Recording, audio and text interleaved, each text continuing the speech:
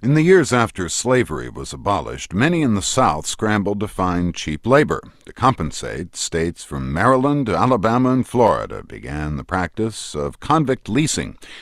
Toward the end of the 19th century and in the early decades of the 20th century, Southern states leased prisoners to mining operations, farms, and companies building the railroad. The deal was a moneymaker for the states, local law enforcement officials, and the companies. Many Southern states ended the practice by the beginning of the 1900s, but it continued in Alabama until 1928. Doug Blackman has investigated convict leasing for the Wall Street Journal. He says that in the beginning, many black prisoners were simply sent back to the farms on which they had worked as slaves. By the time you get a little ways into the 20th century, this has essentially become a labor practice to provide workers for very large-scale, massive coal mining operations, and to a lesser degree, lumbering operations in the swamps of South Alabama and Florida. Were white prisoners not also leased out? There were. We've pieced back together those records that exist, and generally the population of those who were sent into labor ran about 85 to 95% black. And this was all legal? It was, and particularly in its last decades, it was a highly organized, in some respects, closely documented system. And in fact, the 13th Amendment to the Constitution, which abolished slavery in 1865, has a provision that allows for the involuntary servitude of duly convicted prisoners. The question that sort of haunts all of this, though, is the fairly overwhelming evidence that there were many thousands of individuals pressed into labor through this practice who had been arrested on trivial or almost non-existent kinds of charges. And it's also very clear as you reconstruct this that there were profound financial incentives that had been created which fed this system so that county sheriffs and other local officials made a great deal of money personally off fulfilling these labor contracts for the private companies that were involved. So you could end up doing hard labor even if you hadn't committed a crime that would seem to merit that. A very common circumstance involving thousands and thousands of individuals that we found was, for instance, a young black man would be arrested and charged with vagrancy, which is the crime of not having a job, or gaming, which would essentially be being at the site of a dice game on a Sunday in a black community, something like that. Within a day or two, fairly summary judgment, they'd be convicted of the crime, fined $5 or $10 by a judge, which was a fairly substantial sum in, say, 1908. And most of these individuals in that period of time couldn't pay a $5 or $10 fine to begin with, and so they would be sentenced to be leased to a company, and then the fine would be paid out of the proceeds of the lease. But what became most dramatic was that in addition to the fines, these individuals had to pay a variety of fees, a fee to the sheriff, a fee to the witnesses who testified against them, a fee to the deputy sheriff who brought them in, a fee to a court clerk, and those fees would add up to a much larger sum. And in the end, many, many hundreds of people in the end were sentenced to terms of a year or 2 years of hard labor in a coal mine for a crime like vagrancy. This leasing, was this a good revenue producer for the states? It was a tremendous revenue producer, particularly in Alabama. We've gone back and calculated, and in the period for which records can be reconstructed, between about the turn of the century and 1920, this was not the majority, but it was often one of, if not the largest source of funds that the state had. Are any of these companies still in existence? Many of them are. There were dozens of American companies who participated in the practice, dozens just in Alabama. If you extend it across all the southern states, there may well have been hundreds. We focused on Alabama because the practice lasted so long there. And of those, many, many of these companies survive today in one form or another. One of them that is still today and existed as the same entity at the time this was happening was U.S. Steel Corporation, which purchased an Alabama company in 1907 that was engaged in this practice and merged with the company and made it a subsidiary, and then continued with the practice of convict leasing for a number of years after that. But there are also other companies that have a less direct lineage, companies like a New York Stock Exchange traded company called Walter Industries, which has a number of different industrial units, and one being Jim Walter Homes. But one of its units is called Sloss Industries, and that's a descendant over the course of a couple of mergers from another of the heaviest users of convict laborers at the turn of the century. You got all this from public records. I wonder if the companies have kept any records on this use of leased prisoners. For the most part, the companies that I've talked to are as unaware of this history as anyone else, and they reacted with surprise that this was in their past. In the case of U.S. Steel, they went back into their records and were helpful to a degree in trying to determine what documentation there was. They found very, very little. One memo from 1913 that referenced this practice, a map of a particular site that had a notation on it, those kinds of things. I haven't been able to discover much in the way of actual corporate records. What might be out there elsewhere is hard to know. It's ugly, but it doesn't seem too surprising, is it, considering that rehabilitation is a more modern concept of prisons? Well, I think that's true. It's also true, though, that there was an active debate even at this point in time about whether this was a good idea. Even among Alabamans, there was an active discussion among the political leaders about whether this ought to be happening and whether or not this amounted to a cruel regime, and also very specifically about whether there were large numbers of people ending up in the mines solely because of the financial incentives that had been created for local officials. And so, on the one hand, the system is a cruder form, perhaps, of privatized penal systems of today, but that may gloss over the depth of the mistreatment of individuals which occurred, which was really extraordinarily severe. And the conditions that existed in these prison mines, as described in these documents from that period, were brutal, is something of an understatement. Tell me how you found out about this. I ran across a reference while working on a different story a year or so ago about convict leasing, and at the time the German slave labor questions and lawsuits were heating up, and I got a bit curious about whether there might be living American corporations that had connected back to some sort of even roughly parallel kind of past, and so it developed from there. Very good, thanks. Thank you. Doug Blackman is a reporter for the Wall Street Journal. This is Talk of the Nation. I'm Neil Conan in Washington. Everybody knows that Abraham Lincoln issued the Emancipation Proclamation in 1862 and that after the Civil War ended, slavery was outlawed forever by constitutional amendment. Now, we need to rethink all that history. A new book argues that slavery continued in slightly different forms for another 80 years, that hundreds of thousands of men convicted of petty or non-existent crimes found themselves leased to white farmers to pick cotton or sold to companies to mine coal and smelt iron. Writer Douglas Blackman believes that this extension of slavery helps to explain why black Americans made so little economic progress between emancipation and the civil rights movement, and why suspicion and hostility to the justice system remain so deeply ingrained in African American communities to this day. Douglas Blackman joins us in just a moment. Later in the hour, how young women rationalize girls gone wild behavior on spring break, and your letters. But first, slavery by another name. If you have questions about where, when, and how this happened and what it means for us today, our number is 800-989-8255. The email address is talk@npr.org. You can also join the conversation on our blog at npr.org/blog of the nation. Douglas Blackman is Atlanta bureau chief of the Wall Street Journal. His new book is called Slavery by Another Name. He joins us now from the studios of Georgia Public Radio in Atlanta. Nice to have you on Talk of the Nation today. Thanks for having me, Neil. And tell us, who was Green Cottenham and why is he important? Green Cottenham was a man whose parents were slaves on two different farms in the middle of Alabama before the Civil War. They were slaves of the kind that we think of as slaves. He was born in the 1880s after emancipation and what was supposed to be a time of freedom, but as he became an adult, he was drawn back into what I call this age of neo-slavery between the Civil War and World War II, and forced to work in a coal mine in Alabama that by then was owned by U.S. Steel Corporation, and he died there in 1908 under terrible circumstances.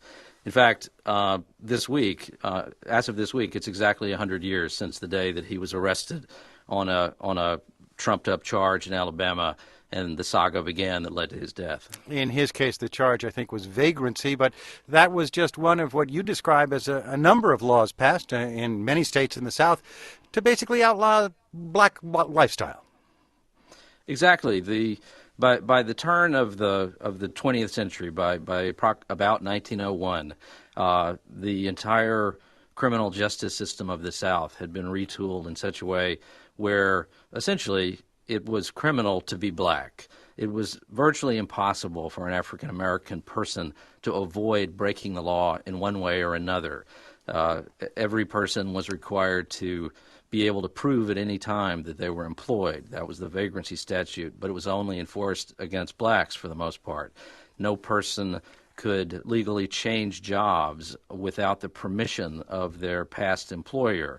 That was enforced only on blacks. That's a way of preventing a black man from leaving the farm of one white landowner and moving to the farm of another.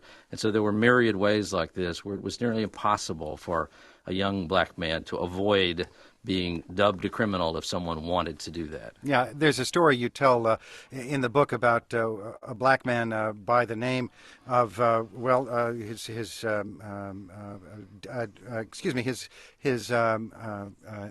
name was Jonathan Davis. He was a black man, ostensibly a free black man, who worked his sharecropped farm and had to go to see his ill wife. Hopped a train to do that. As he got off the train in a community in Alabama called Goodwater, he was confronted by a man named Robert Franklin, one of the town's appointed constables, who asked him, "Do you have any money?" That's right. And the story of Jonathan Davis, and there are many, many stories in the book, and thousands of others that I couldn't get in the book. But the story of Jonathan Davis is, for me, one of the most poignant ones.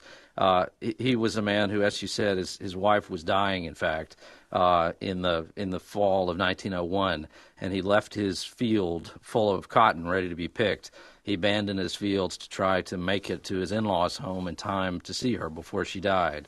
And on the way, he's confronted by this constable in the town of Goodwater.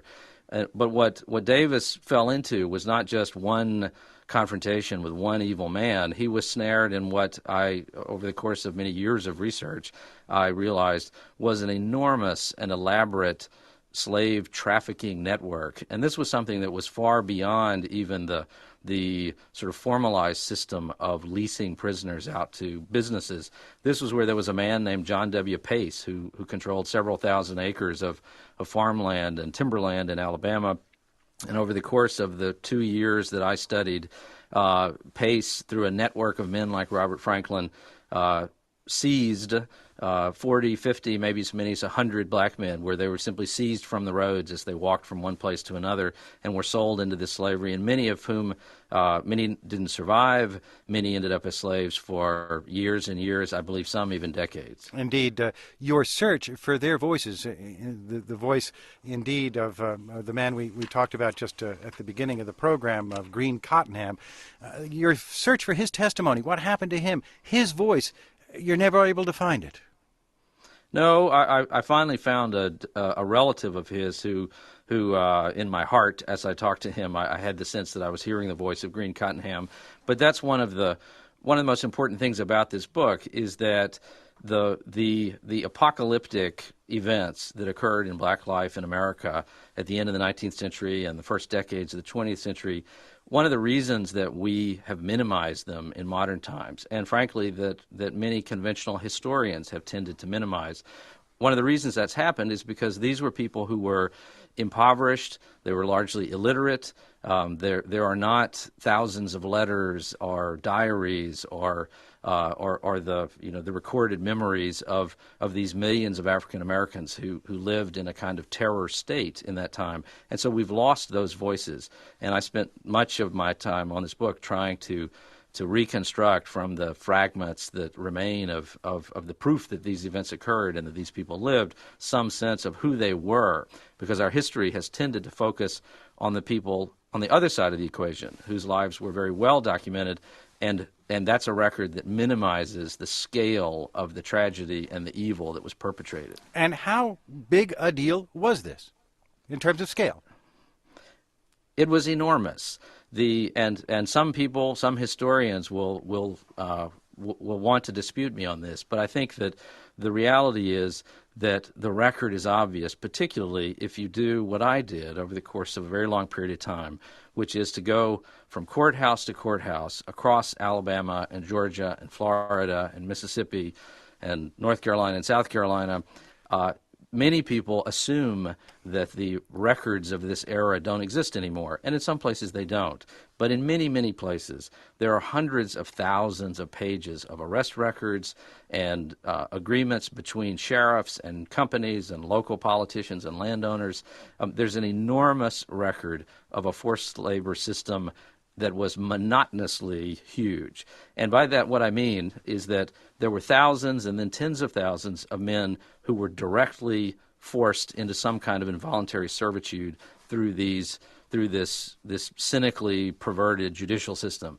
But in addition to that, that was the hammer that was hanging over the lives of every black man in the South. And so out of a fear of having those things happen, millions of black men and their families abided all of the other degradations that the white South perpetrated against blacks in the first half of the 20th century, much of which amounted to coerced labor in another form. Our guest is Douglas Blackmon. His book is Slavery by Another Name, The Re-Enslavement of Black Americans from the Civil War to World War II. If you'd like to join the conversation, 800-989-8255. Email us, talk@npr.org. We'll begin with Ben, and Ben's calling us from Mocksville in North Carolina. Hi, Neil. Yeah, I had a quick question. A statement, really. My great-grandfather was a Yugoslav immigrant, and he came to the South, West Virginia, and, of course, right around the Depression time. So he worked in the coal mines, and anyone will know, especially, and back in those days, a coal mine was just especially horrible condition. My grandfather was only given, as any other coal miner, a company script. He had to buy from the company. The company probably overcharged in what the regular people did. And when I was thinking about this, because my mother and I have talked about it substantially, it's like, wow. In his own way, these coal miners, especially these immigrants who spoke no English, we're in a type of slavery. And, I really think, whites and blacks have far more parity than many would think, especially the lower class folks and immigrant folks, because, I feel more in common, especially as the grandson of a Yugoslav immigrant who died basically in the coal mines from black lung, than with my rich white counterparts. And I'll take my statement/answer off the line. Okay, Ben, thanks very much for the call. And Douglas Blackmon, you do point out the vast majority of the people you'd write about in this system of leasing labor and various other forms of slavery by another name were African Americans, but by no means all. That's right. There were whites who were sucked into this. By and large, I think that it was much more likely that a white man who was forced into, particularly through the prison system, who was forced into this kind of involuntary servitude, those generally were men who had committed crimes, but they were a microscopic number compared to the black workers. And one thing along the lines of what your caller was describing, there was a practice that echoed some of this in terms of immigrant laborers who were induced to move from the Northeast, from the immigrant arrival points in the Northeast, and to work on building railroads in the Florida Keys, coal mining in West Virginia, as he describes. I think what his grandfather experienced was actually more toward the end of the period of time that I write about. And so there were whites and there were some immigrants who were pulled into this. But the fact of the matter is that the scale of what happened to African Americans was vastly greater than everything else that happened to others. And how profitable was this? It was tremendously profitable. It was profitable both for the business enterprises that were involved in this, and it was incredibly lucrative for the southern states, particularly in places like Alabama, where the coal mining industry and the steelmaking industry was booming at the end of the 19th century. This particular form of labor, this labor practice, worked really well in these coal mines. The type of work that was required was the sort of thing that these coerced workers could do, and these companies poured tens of millions of dollars into the coffers of state governments like Alabama's. Our guest is Douglas Blackman. If you'd like to join our conversation about slavery by another name, the phone number is 800-989-8255. Email talk@npr.org. Stay with us. I'm Neil Conan. You're listening to Talk of the Nation from NPR News.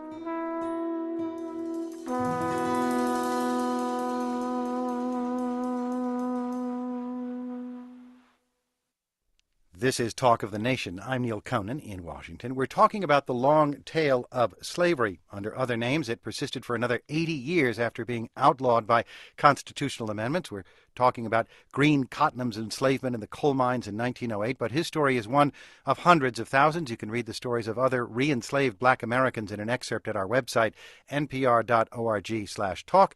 Our guest is Douglas Blackman. His book is called Slavery by Another Name, The Re-Enslavement of Black Americans from the Civil War to World War II. And we want to hear from you. If you have questions or stories about this period of history, give us a call, 800-989-8255. Email us, talk@npr.org, and check out our blog at npr.org/blog of the nation. And Douglas Blackman, there is a peculiarly horrible perversity about this post-slavery system that in many ways was worse than slavery for those caught up in it. That's right, Neil. One of the bitter ironies of this is that before the Civil War, in the antebellum slavery we're all more familiar with, slaves had great value to their owners. They were extremely expensive, and it was important to landowners to maintain their health over a long period of time and for them to procreate and give birth to more slaves because there was value to that. And so while there were terrible abuses in antebellum slavery, there was a strong economic incentive to at least ensure that slaves survived. In the system that I'm talking about, the neo-slavery practices after the Civil War, what emerged was a kind of brutally efficient economic rationale which viewed these workers more as equipment than as humans. And the value, the cost of acquiring them was so small that it was much more, the economic incentive for these companies and landowners was to work them as hard as possible, even if that meant working them to death, because they were easily replaced and inexpensively replaced. And like Green Cottenham, once they died, they vanished, never to be heard from again. Green Cottenham died in 1908, a diseased man, malnourished and sick, in a crude hospital at a mine owned by U.S. Steel Corp at the time. I searched for a very long time to try to find where he was buried. At the very beginning of my work on this, I was led to a graveyard near the mine location where he had worked that was a great burial field where clearly hundreds and hundreds of these workers had been dumped unceremoniously in graves, now overgrown. Eventually, I figured out that the grave site where he would have been buried was a short distance away, and actually just a few months ago, I went there still trying to locate where he was buried, and by then, but all signs of any kind of human activity there had been obliterated along with the old mine. Let's get another caller on the line. This is Ozell. Ozell with us from Boston. Go ahead. First of all, I have a comment, and then I have a question. In terms of slavery, I wanted to point out that a federal judge on August 15th, 1984, in Burke County, Georgia, ruled in a class action order that the Burke County Sheriff and the Commissioner's operation of the county jail violated the 13th Amendment prohibition against slavery. So I wanted to make sure that you understand this, that a federal court ruled as late as 1984 that there was a violation of the 13th Amendment by the county sheriff and the county commissioners in Burke County, Georgia. And you have to read a case called Rogers versus Lodge, which is the case ruled that met the requirement of proving a violation of the Voters' Rights Act by intentional discrimination before there was an amendment to the Voting Rights Act in the early 80s. Now, my comment, though, is... That was a question? Well, that was a... That was a comment. Now go ahead. Just to document that slavery is documented by a federal court. I understand. Please go ahead. Okay, my comment is, what is the difference between the the subject matter of Mr. Blackman's book, Slavery by Another Name, System of Leasing, and that of peonage, which was documented in a book by Pete Daniels, Shadow of Slavery, based upon research of, I guess, hundreds or thousands of United States Justice Department files of the unlawful system of peonage, for which there are federal laws that were enacted after slavery. Douglas Blackman? That's a great question, and you're obviously a serious student of these things. Pete Daniels' book, which came out in the mid-1960s, was a brilliant work on peonage. And what peonage is the practice of a person being held in a form of slavery specifically to pay off a debt or an alleged debt. And what that book wrote about, and which is also a part of my book, is this practice that became commonplace all across the South, particularly for sharecroppers, that if you worked on the land of a white farmer, the farmer would advance you the money to get through the season and for your seed and your tools and such. And at the end of the season, when the crop was sold, the idea was that the money would be divided up and it would pay back your debt to the landowner, and then you would end up with some cash yourself. The reality for millions of sharecroppers who got sucked into the system of peonage was that in reality the landowner always came up with a list of debts that was greater than whatever had been received from the crop. But that's a part of this, and I talk about Pete Daniels' book in my book. The thing that I would say is that what many historians in the past have not fully recognized is that there's been a tendency to look at this period of time as many separate things. That peonage was happening over here, racial violence was happening over here, the prison leasing system was happening in another place, the intimidation of blacks from voting was happening in another place.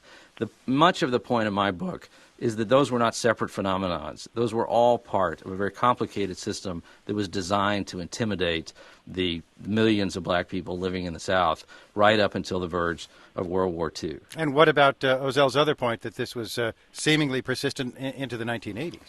Well, that's right, and there have been prosecutions on the statute that outlaws peonage, and scattered prosecutions into the 50s and the 60s, and right up to the case that he talks about in the 1980s. But the point I would make, though, is that what I write about was a phenomenon that oppressed a vast, vast population. Really, the majority of African Americans who lived in the United States up until World War II were affected by this in some explicit way. What came after World War II, for many reasons, including, and I talk about this in the book, that in 1942, partly in response to fears of Japanese propaganda, President Roosevelt ordered that the Department of Justice, for the first time, take seriously the reality that slaves were still being held in the South, and the Department of Justice mounted a serious criminal prosecution against a family in Texas for holding a man named Alfred Irving as a slave for many years, and the father and the daughter in that family were convicted and sentenced to prison. That was the first serious effort for 50 years, really, to prosecute someone for holding slaves, and that was the beginning of the end of this massive system. But it's certainly the case that there were incidents, terrible incidents like the one the caller describes, that continued for many decades after that. Ozell, thanks very much. Well, thank you all very much. Bye-bye. Let's see if we can go to Valerie. Valerie's on the line with us from San Francisco in California. Oh, hi. Hi there. I actually took the opportunity to read, it's one of two books on slavery that I'm reading right now, and I really enjoy your book, sir. I just Thank have you. a couple questions. How surprised were you to learn that women were part of this slavery network as well? That comes up in the book. And we don't hear very much of women convicts being used as slaves. That's true. There were women in the system, and I write about that periodically. It's a horrifying aspect, frankly, of all of this. Women were a tiny minority among those who were sucked into this system, but when they were, the part of what was happening was that there were there were what were thought of at the time women's roles, which were needed in these industrial settings as washerwomen and cooks and various other roles that were needed to help provide the food and the other necessities of these prison mines and prison camps, slave camps. And so there was a need for women in the system, and so women ended up in the system. Sadly, there were also terrible sexual predations that were perpetrated against many, many women. And you mentioned that some of these companies that these slaves work for were actually the precursor to some of the Fortune 5,000 companies that we're familiar with now. That's right. And I'm glad you brought that up, because I hope that one of the things that readers will take away from this book is that this isn't just a sort of arcane history about things that happened a long time ago. The reason that I was moved by the things that I found to write the book was that I think that these events tell us much more about why things are the way they are in America today than the slavery that preceded the Civil War. And I mean that in two ways. One is that the reality is that slavery, honest-to-God slavery, in which black Americans were unable to begin the activities of freedom that would allow them to build wealth and over generations move into the kind of middle-class status that most white families have today, that process couldn't begin until 80 years later than most of us have generally believed. But the other side of that is that many of the biggest corporations in the South and some of the wealthiest families in America, the source of their wealth and the origins of some of these companies relates back to these events at the beginning of the 20th century. And one other thought on that is that in the book I go to some length to say none of this is intended to reflect poorly on the descendants of those people today, or even on companies that have some connection back to these events. But my point is that there are tangible connections between these events and today, including that the bricks that line the sidewalks in my neighborhood in Grant Park were made by slave laborers at a place called Chattahoochee Brick Company on the outskirts of Atlanta in the early 1900s. There's a real connection between our lives today and these events, and we need to come to terms with those connections. The other connection you make is the hostility that so many African Americans feel toward the justice system in this country, based, you believe, at least in part, on this history of trumped-up, non-existent charges that could take people away into forced labor for years. Well, that's right. The one thing that became clear to me in the course of working on this book and in conversations with living people who connect back to some of these events is that, number one, almost no one understands that these events occurred, whether they're black or white. And in fact, it's obvious why whites generally have tended to minimize these events. It's less obvious why African Americans would. But the truth is that many, many African Americans, for a very long time, tried hard to forget the humiliations and the tragedies of many of these years. At the same time, one cannot read this book and have any question as to why an ingrained sense of suspicion and hostility toward the judicial system became a fundamental element of African American perspectives. Valerie, thanks very much. Thank you very much. We're talking with Douglas Blackman about Slavery by Another Name. You're listening to Talk of the Nation from NPR News. Let's go to Steve. Steve joins us from Oakland, California. Hi, yes, excellent book. The recentness of all this, I think, is a premise as to why the business of the Civil War isn't accomplished to this very day. There was an earlier comment about how the laws were available to be used and were used against white labor as well, including immigrant labor, which strikes me as a little besides the point, because this system of slavery by another name that's being described together, it worked hand in hand with extra-legal terror to prevent labor organization, black and white. Blacks were supposed to be free laborers after the Civil War, and as you know, this obviously didn't happen. As far as I know, only the IWW tried to organize integrated organizations. The CIO paid some lip service and did a little bit, but I don't think made any serious attempt. And Douglas Blackman, it wasn't a lot of it because of this legal system that worked hand in hand with extra-legal terror. And Douglas Blackman, you do write indeed about that, but also about the experiences of a black organizer. I think his name was Henry. I'm losing the last name, but he came to this area of Alabama, I think, in the 1940s, and talked to people who were describing the system and how it worked and the abuses they suffered, and he simply didn't believe it. That's right. I in the epilogue of the book, there's a dialogue with an African American man who worked in the coal mines of Alabama, beginning in the 1930s or the 1940s, and spent all of his adult life there. There are very few people alive today who have any kind of living memory of anyone associated with these events. But this was one person who. Coal miners who were very young men in Alabama in the 1930s worked in coal mines with old men who had been forced into the coal mines in an earlier time under these circumstances. And so some of those men have some recollections of the stories they would hear. And there was this figure who you mentioned, who I questioned him at some length about whether he had heard accounts of the sort that I was beginning to resurface. And after a long time, he finally said, yes, I heard stories like that, but I never gave it any credence. And that was coming from an African-American man. And that gets to the point that I was making a moment ago, which is that for many, many people, these events are so horrifying and so terrorizing that both whites and blacks preferred not to remember them. But a point of this book is that I think we really can't have a shared vision for the future in our country unless we're willing to be honest about them and dredge them back up, even if that may be uncomfortable to do. And connections not only to companies that we might own stock in, or memories of our ancestors who may have fought on one side or the other in the Civil War, but memories that, you're personally involved in this too, not just the bricks around the corner from your house. Well, that's true. That isn't why that sort of wasn't why I began on the book, but I was surprised to find myself connected to the book in ways that I hadn't expected.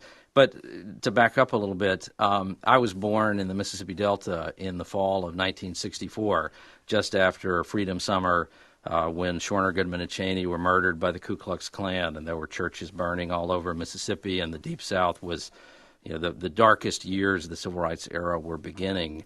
And then when I began first grade in a little cotton town, I was in the first class of children in Mississippi where blacks and whites began school together and went through 12 years of education together. And so as long as I can remember, I've been digging around trying to understand these things. And as I dug into the book, I also eventually found my own family, tying back to the place and some of the people in this book back in Alabama. Douglas Blackman, thanks very much for your time today. Thank you. Douglas Blackman's book is Slavery by Another Name. He joined us from the studios of Georgia Public Radio in Atlanta. Coming up, we'll hear from you, your letters, and columnist Megan Daum examines the connection between body shots in Cancun and confidence for young women. That's next on Talk of the Nation from NPR News. This is News and Notes. I'm Tony Cox, in for Farai Chidea, who is on vacation. The medical exploitation of African Americans has caused mistrust among patients and the medical industry. The most noted case is the Tuskegee experiment of the 1930s. 399 black men in late stages of syphilis were never told they had the disease. Then, when they were treated by doctors, they had no intention of curing them. This history of involuntary medical experimentation has created a complex relationship between black patients and non-black medical providers. NPR's Farai Chidea recently talked to Harriet Washington, bioethicist and author of Medical Apartheid, The Dark History of Medical Experimentation on Black Americans from Colonial Times to the Present. Washington began by explaining the incident that prompted Fannie Lou Hamer to become a civil rights activist. Essentially what happened was she had undergone what she was told was an operation to remove what she described as a knot in her stomach. I believe it was probably a benign uterine fibroid, a very common condition among African-American women.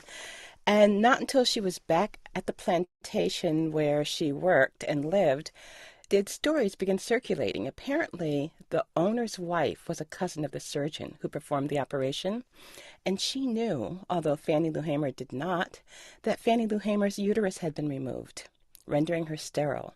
This was a very common practice. It was non-consensual, and gynecological surgeons often rendered black women sterile without their knowledge while they were giving birth or undergoing other sorts of medical procedures. And Fannie Lou Hamer, who always spoke of wanting to have a family, was devastated but also angered by this. And this is what inspired her to, investigate political action as a means of seizing power. She tried to register to vote, was thrown off the plantation, and the rest, as they say, is history. She went on to become one of the most important civil rights leaders and symbols of the era. Why did doctors go around sterilizing black women, and how common was it? Well, it's not a simple question at all. It's actually a very key question. It's very interesting because up until the abolition of slavery, black fertility was prized. It was very important for black women to breed more children who were more slaves, and therefore a very important source of wealth for owners. After slavery was abolished, these children were no longer valued. And the tenets of scientific racism, which medical science had used to justify and excuse many abusive practices and abusive research practices, were then expanded.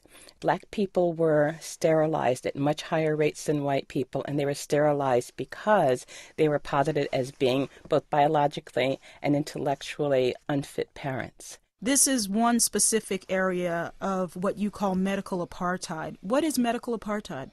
Medical apartheid has most commonly been used to refer to the race-driven, very wide disparities in access to health care, quality of health care, and protection of human rights.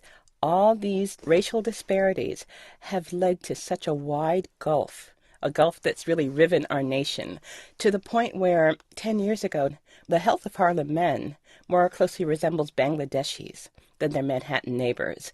And this is the picture throughout our entire country. Black people are dying in droves of detectable, preventable, curable diseases. This huge disparity has its roots in unexplored history, which was promulgated at the beginning of slavery to justify enslavement and medical abuse of blacks, still exists today.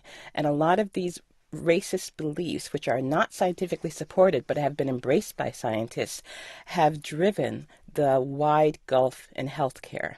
One of the historical incidents that provoked this disconnect between African Americans and the medical establishment was the Tuskegee experiment. Tell us about what was perpetrated. The Tuskegee syphilis experiment, which is properly called the Public Health Service study of syphilis in untreated Negro males, is the most iconic symbol of abuse, of racialized medical abuse in research.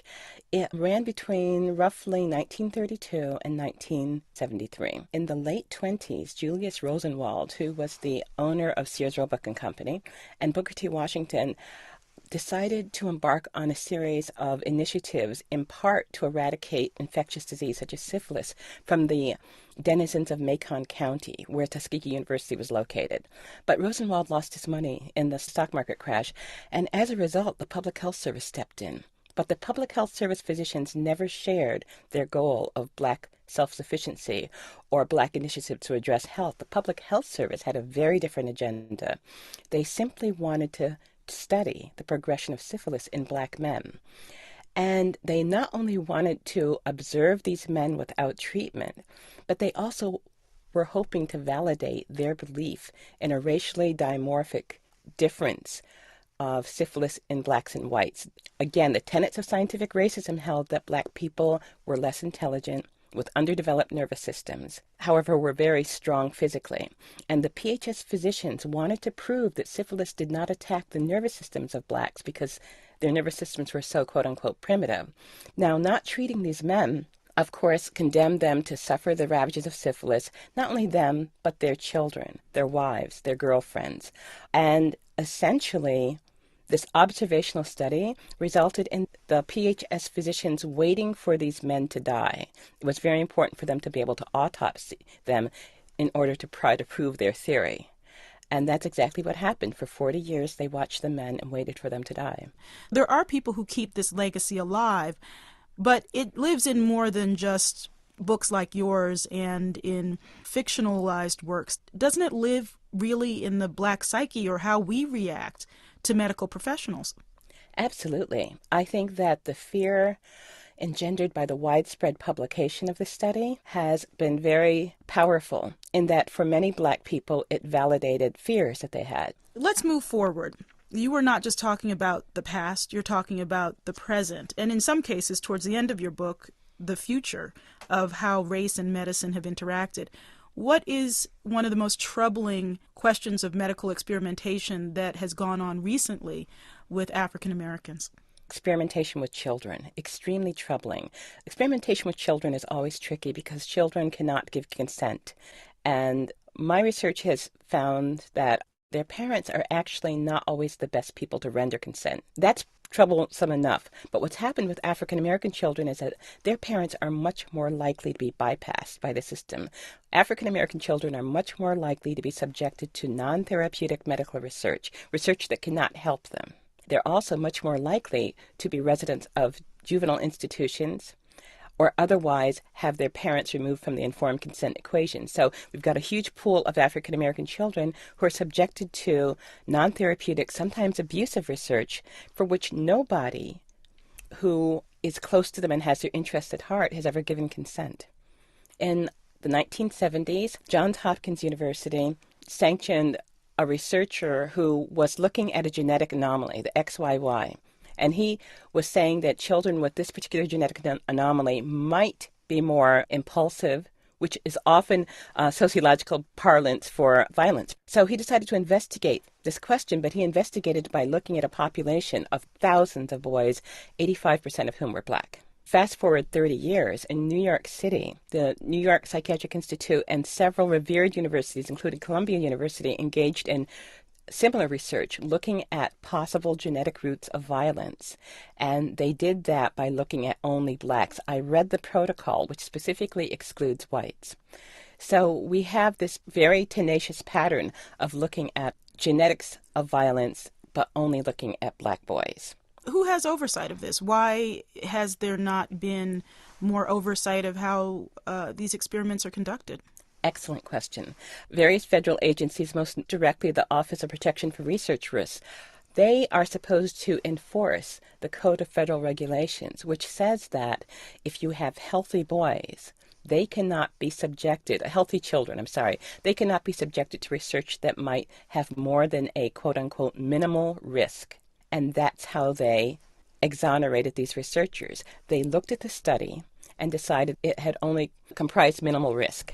I disagree.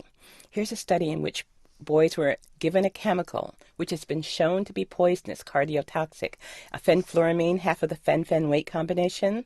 It was taken off the market because it was so dangerous, yet it was given to these young boys. In preparation for the experiment, they were taken off all their medications, including medications for life-threatening conditions like asthma, for a week. They were hospitalized overnight. Food was withheld. This constitutes more than minimal risk, in my opinion, and yet the government decided that this was an acceptable thing to do to healthy boys. Does this pattern affect how African Americans are able to advocate for our own health care? Absolutely. Although it may seem a strange message for someone who's written a book like this, I think it's very important for African Americans to embrace medical research after, of course, we've educated ourselves. In a country where we constitute about 13% of the population, we constitute 1% of voluntary research subjects. So we are clearly very wary of medical research, and that is harming us. So if we cut ourselves off from experimental therapies, we're cutting ourselves off from many possible treatments.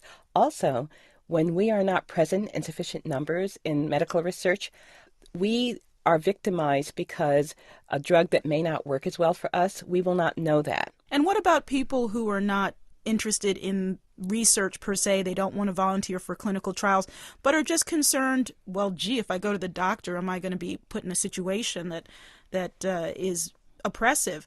Should we wholeheartedly embrace going to the established medical community with all of our needs? We have to. I don't think we have a choice there. You have to, number one, find a primary care physician. Find someone you can trust.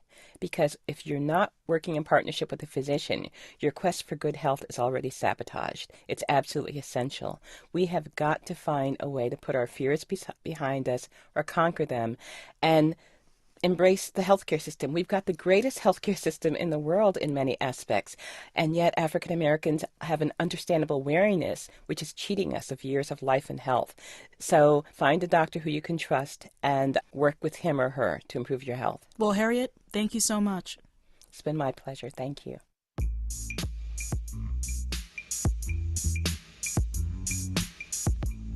That was NPR's Farai Chideya with Harriet Washington, author of Medical Apartheid, The Dark History of